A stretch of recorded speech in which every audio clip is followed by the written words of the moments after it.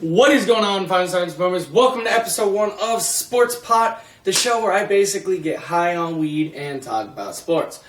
In this one, we're going to be talking about Dez Bryant getting cut from the Cowboys. We're going to be talking about Jarvis Landry signing a 5-year extension with the Cleveland Browns and how they do need a quarterback, so we'll talk a little bit about that as well. And Jordan Mattews signs a 1-year deal with the New England Patriots. We'll talk about that. I'll take a look at the NBA playoffs, try to make a little prediction on who I think's going to win. And, of course, I'll recap Game 1 of each playoff game that happened in the NHL. So, first, let's get in and let's get the NFL news out of the way first. So, the first story I want to talk about is Dez Bryant is all finished in Dallas. He is no more. He's done. Dallas had enough. But let's see what Dez Bryant did do for the Cowboys. From 2012 until 2014, he managed to put up 3 consecutive 1,000-yard seasons. That's a beast. That's a beast receiver right there. You know? Cheers.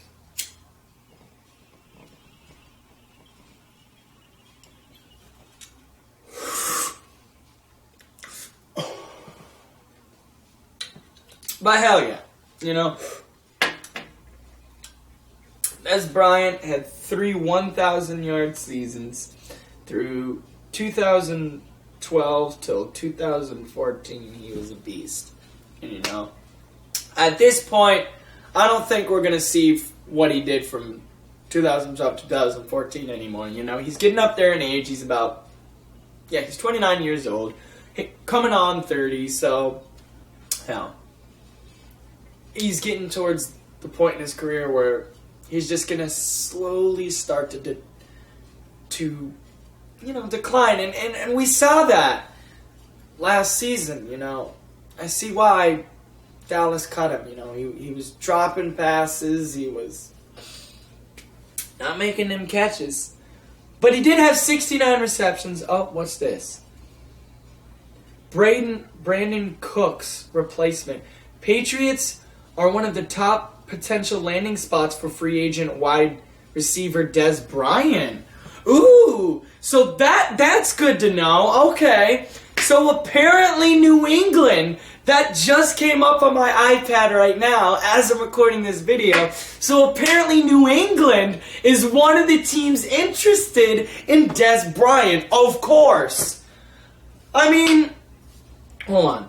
Let's have Siri pull up Patriots wide receivers. These are the wide receivers for the Patriots. Let's take a look. Yeah, see that we got Kenny Brett, Philip Dorsett, Julian Edelman, Chris Hogan, Cody Hollister, Jordan Mattews, which we will get to that story in a little bit, Riley McCarron, Malcolm Mitchell, Corral Patterson, Matthew Slater. So they have a shitload of wide receivers already. I mean, and they're 2 good wide receivers, you know, they got are Julian Edelman and Chris Hogan. So there's basically your 1 and 2 if Edelman's healthy, which he should be.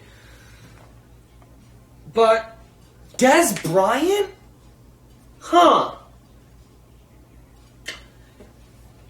I mean, let's see what that article has to say. I want to see what that article has to say. Dez Bryant is done in Dallas, putting the 3-time Pro Bowler in the open market less than 2 weeks before the NFL draft. At 29 years old, Bryant's play has declined. It has declined, yes. And he hasn't cleared 900 receiving yards in the past 3 seasons. Despite the drop in production and persistent questions over the years about this sideline dementor, Bryant should find a healthy market for the right price. And so, basically, let's take a look at what the NFL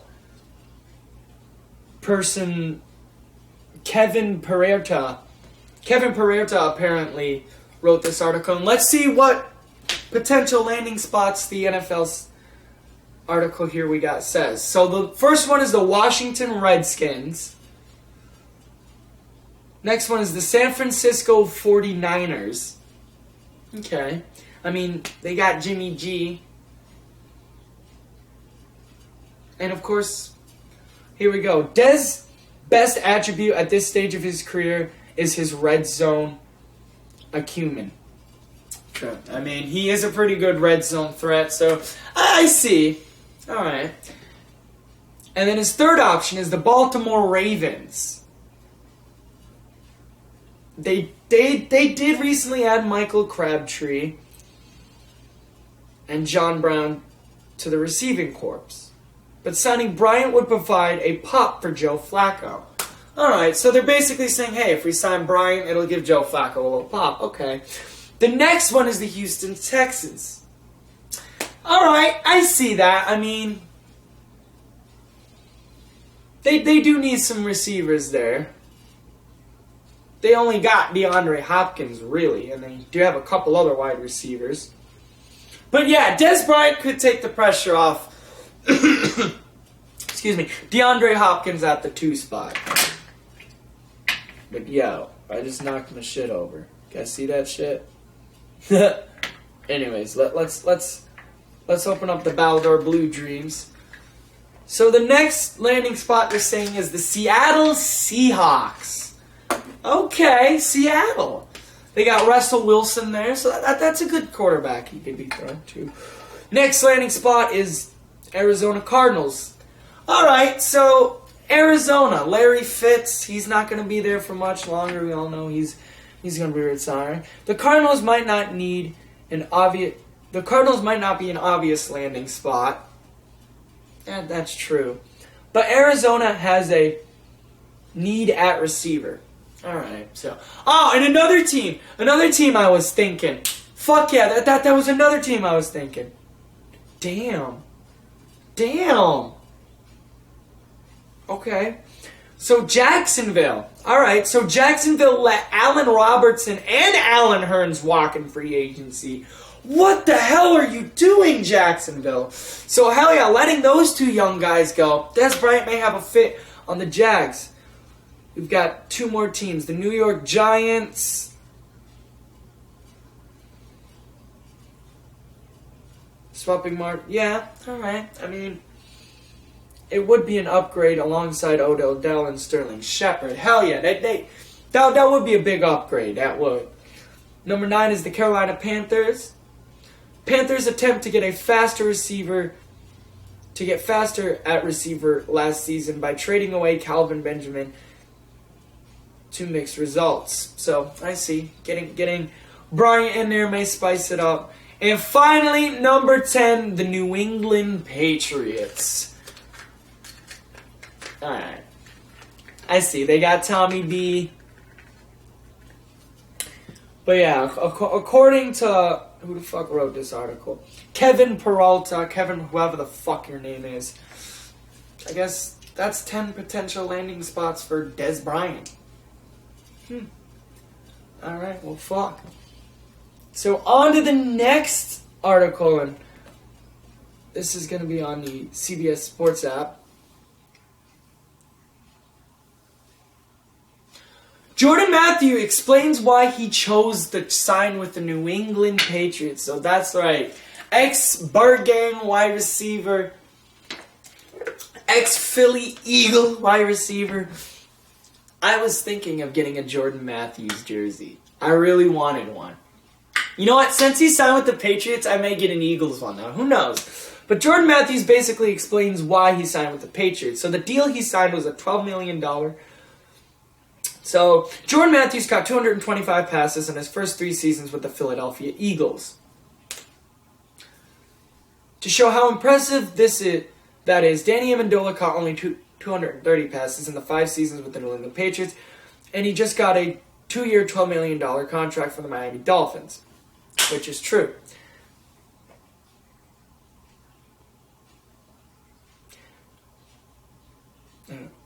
He was coming off a down year, but in a world in which Albert Wilson can get $24 million over 3 years after catching just 50 passes in a season, there was surely more there. All right, you guys ready for this? This is the part I want to read. He didn't take it. He chose to come to the Patriots specifically. And the reason for that, and now we know why. He explained it to the assembled media on Thursday, including Doug Kyed of Nesson. Money wasn't the first thing on Mattews' mind. He was more interested in his potential growth as a player. He knows joining a crowded room of wide receivers with Julian Edelman, Chris Hogan, Malcolm Mitchell, Kenny Brett, and Philip Dorsett already on the team. But he has seen players like Danny Amendola and Wes Welker leave New England as far better players than they as came, and wants to get better as well, saying, quote, I think the biggest thing was just attitude. When I walked into the building, Matthews said, all I could feel was the aurora of let's get better today. So basically, Matthews wants to get better as a receiver. I don't fucking blame him. He's basically had 4 quarterbacks thrown to him. And they were pretty good quarterbacks. Basically, let's see his stats. Take a look at his stats.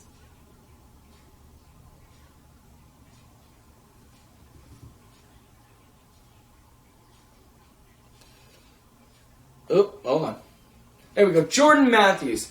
So, his first year in 2014, Nick Foles, the Super Bowl champion and Super Bowl MVP, was throwing to him. Then 2015, he was dealing with Sam Bradford. 2016, he was dealing with Carson Wentz. Then last season, he was dealing with Tyrod Taylor. So he's had 4 quarterbacks thrown to him. So I'm hoping he can perform well with Tom Brady and maybe become the Patriots' 3rd wide receiver. Number 3 receiver, because I'm sure it'll be Julian Edelman because he'll be healthy. And maybe Chris Hogan. Who knows?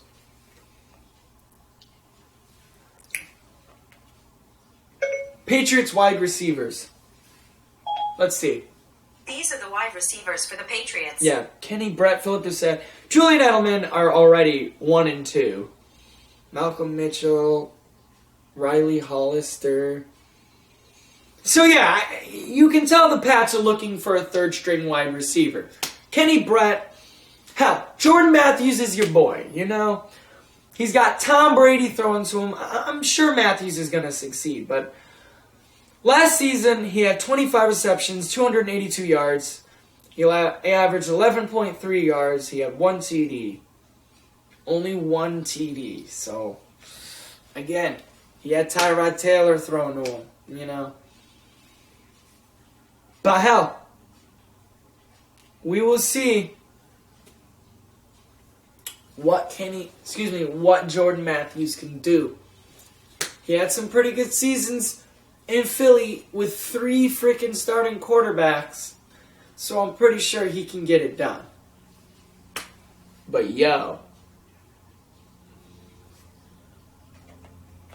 we talked about Jordan Matthews.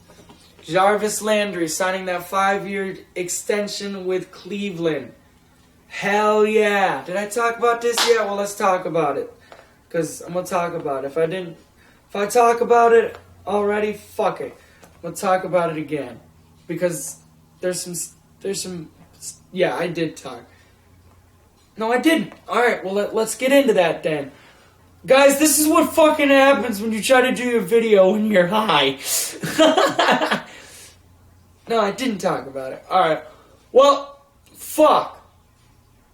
Landry finalized a 5-year contract extension with the Cleveland Browns. It was a $75.5 million contract extension. Hell yeah. And let's take a look at frickin' Landry's stats. With the Dolphins, his first year, he had 84 receptions, 758 yards. So, he had an alright season, caught for 5 TDs. Then his second season, His next 2 seasons, he put up 1,000 yards. His 2015 and 2016 season, he put up 1,000 yards. And both years, he only caught 4 TDs. Then last season, he almost put up 1,000 yards. He put up 987 yards, average 8.8, and he had 9 TDs. So Jarvis Landry, he's a good fucking player. And it looks like he'll have Tyrod fucking Taylor throwing to him. So I don't know. Cheers.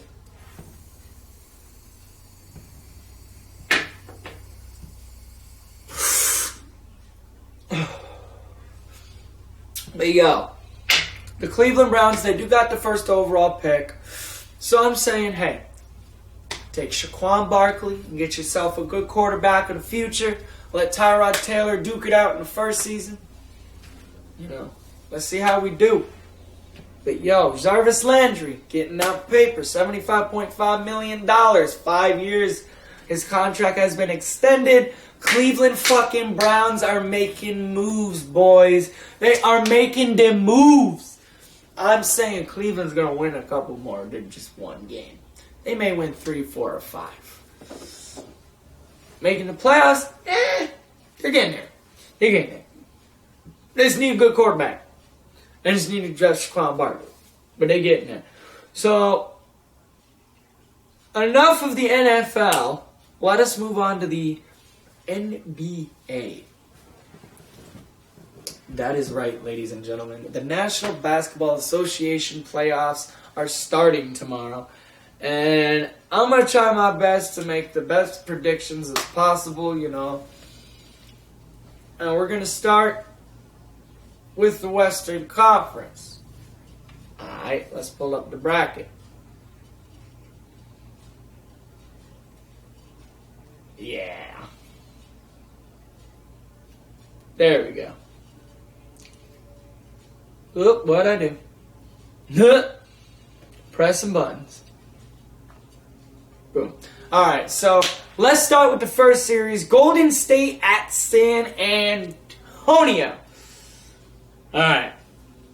So the Spurs this season, they finished in 7th. The Spurs finished in 7th, but I don't know, man. The Warriors are a little bit banged up. But you know what? I'm going to take the Warriors in 6 games. Now, the Warriors need an opponent. And it's going to be the Portland Trail Blazers and the New Orleans Pelicans. I'm going to give it to the Blazers in 5. OKC versus Utah. Giving it to the Thunder in 5.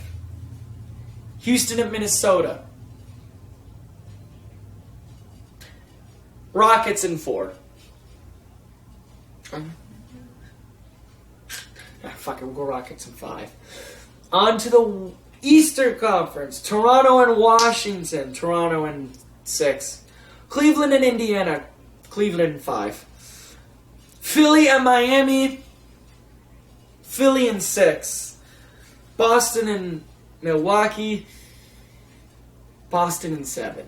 So there you go. That's who I think is going to win the NBA playoffs. I'm hoping the Celtics go all the way, but they're a little bit banged up. So let's get on to the Chell. Let's recap the NHL playoffs and Game 1. Let's start with April 11th. Minnesota at Winnipeg. Let's recap this game. Starting off in the first period, there was no goals. Second period, Marcus Scheifele makes it 1-0 Winnipeg. That was all the scoring in the second. Then in the third period, Cullen ties the game up. Then Zach Parise makes it 2-1 Minnesota, but then Patrick Laine ties the game. Then Joe Morrow wins the game for Winnipeg to make the final score 3-2. So Winnipeg has a series 1-0 lead in that game. In that series. And holy shit, Philly, I don't think you should match up with the Penguins when you go to the playoffs. It doesn't end too well. Anyways. Philly did get ass raped 7-0 first period. Rust scores to make it 1-0. Carl Hagelin makes it 2-0. Evgeny Malkin makes it 3-0. Second period, Kensel makes it 4-0. Cindy Crybaby Crosby makes it 5-0. Then in the third period, Cindy Crybaby Crosby makes it 6-0. And then Crybaby makes it 7-0, which the final score is 7-0 Pens. Damn. Damn, bro. Damn, bro.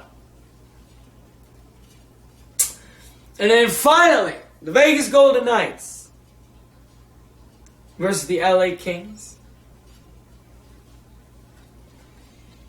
Well, the only goal in this game was Theodore, and he made it 1-0, and the Vegas Golden Knights now have a 1-0 series lead. Pittsburgh also has a 1-0 series lead, and Winnipeg has a 1-0 series lead so far. So, yo.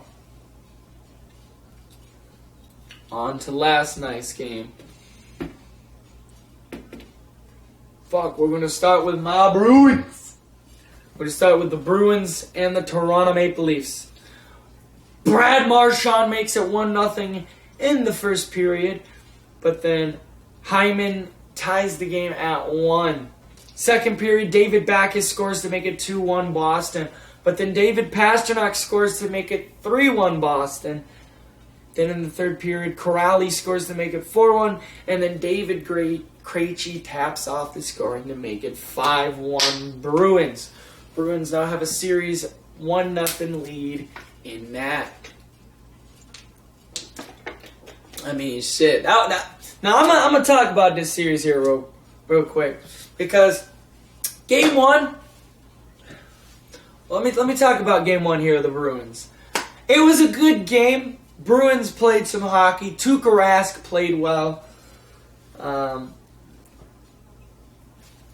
Fix my damn here. Hold on. But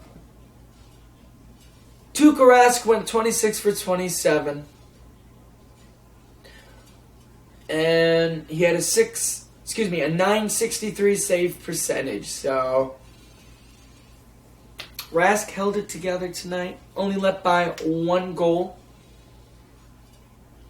But hell, Bruins kick some ass. And that's all that matters. Let's take a hit from the Gang Tech Pinchers.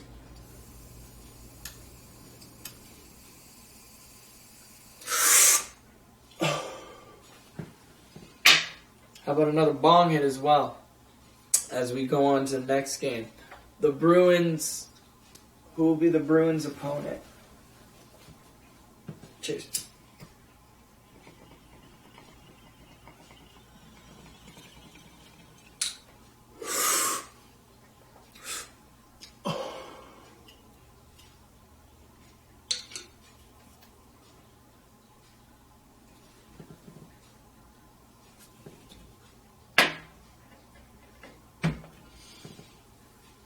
So the next game we're going to take a look at is none other than Tampa Bay versus the New Jersey Devils.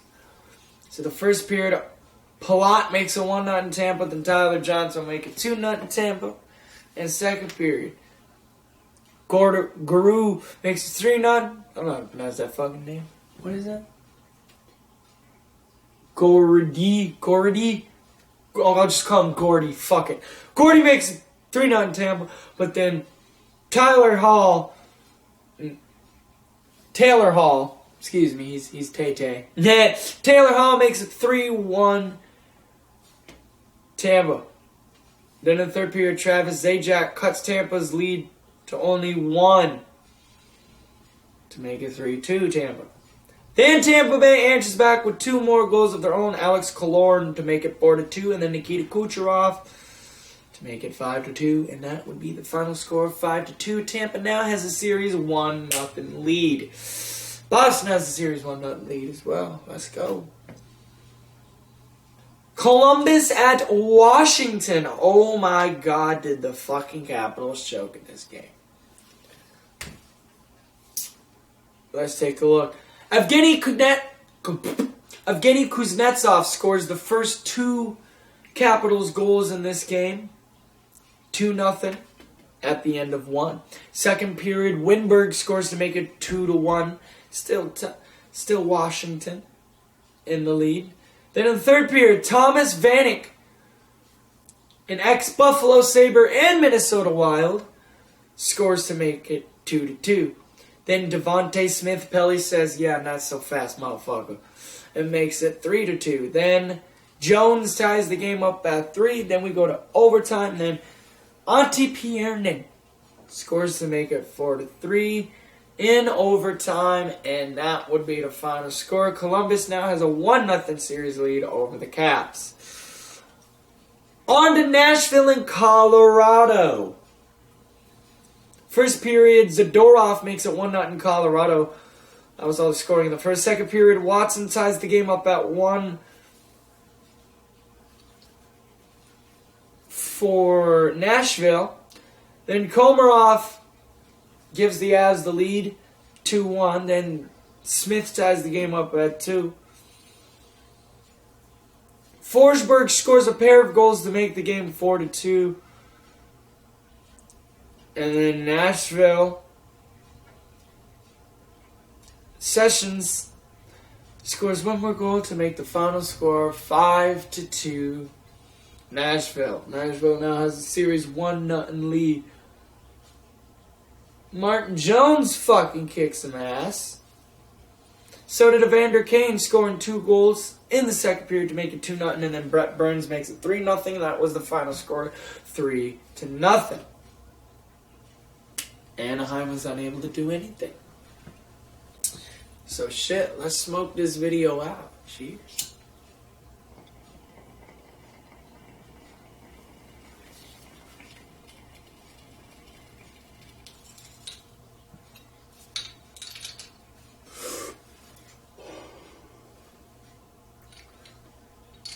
Motherfucker was hot. Ooh, damn.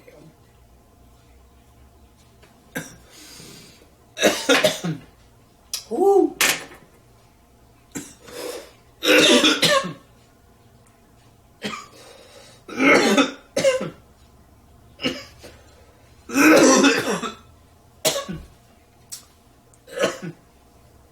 Well, ladies and gentlemen, that is going to do it for episode 1 of Sports Pop. We recap the NFL, what was going on so far in the offseason of the NFL. We recap the NHL, and we recap the NBA. Ladies and gentlemen, I'll see you on the next video. Peace.